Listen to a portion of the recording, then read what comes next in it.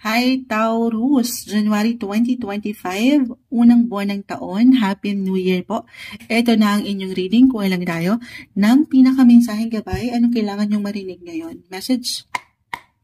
Taurus, guidance po para sa mga taong ito.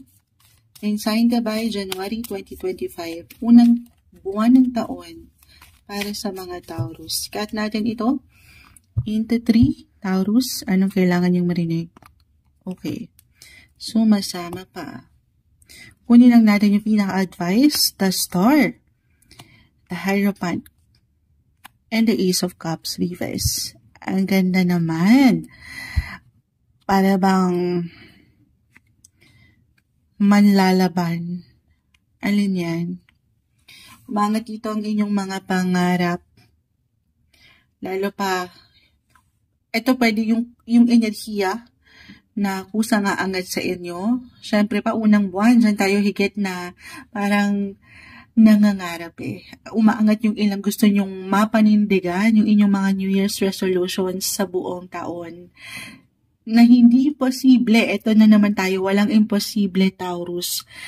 Lalo pa, kung sasamahan nyo ito ng dasal. The Hierophant is here, the Star. Ito yung gusto nyong makamit na patala, na pangarap, lalo pa kung idinasal, itinaas mo ito sa Kanya. Samahan ng dasal, okay? At paniniwala, at walang imposible para sa inyo. Okay?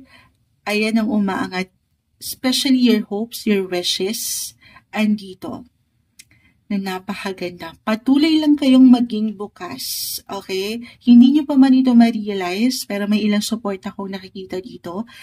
Kung magiging bukas kayo sa ilang possibilities, especially new connections, new friendship, may ilang maaring maging tulay para mapaangat nyo palalo ang inyong sarili patungo sa inyong mga highest potential.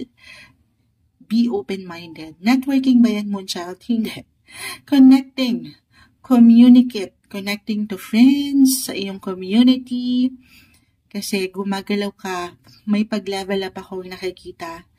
Patungo ito closer sa iyong mga dreams pa, sa iyong mga wishes, as I mentioned. Kapit lang sapat na tiwala sa iyong kakayanan, sapat na tiwala sa proseso na pwede mong pagdaanan at tiwala sa Kanya. Sa ating nag-iisang Creator, si Lord, maging ano pa man po ang inyong faith, ready nyo na ang inyong mga sarili patungo sa inyong mga future success. Claim natin yan, napakaganda naman. Maging bukas lang, okay? Kasi Ace of Cups reverse, meron tayong nakikita parang as a Taurus, minsan may tendency na may bigyan nyo ng limita ang inyong mga sarili. Parang dito kayo sa nakasanayan home, sa inyong mga comfort zone, sa inyong mga little shell. Pero home ang umangat. Maaaring may ilang ganap dyan or meron kayong maisak sa katuparan kasama ang pamilya or ilang pangarap sa pamilya, tahanan. Claim na natin yan ngayon pa lang. January 2025, add pa tayo. Anong kailangan pang marinig ng mga Taurus? Mensaheng gabay po, animals and protection. Mga pet lovers ba kayo? Meron ba kayong alagang hayop? Maging ano pa man yan, maaaring pinoprotektahan kayo or ang inyong tahanan din where you are being guided. Yun yung pinakasalita. You are being guided and protected. January 2025, ito yung umaangat na messages para sa inyo, Taurus.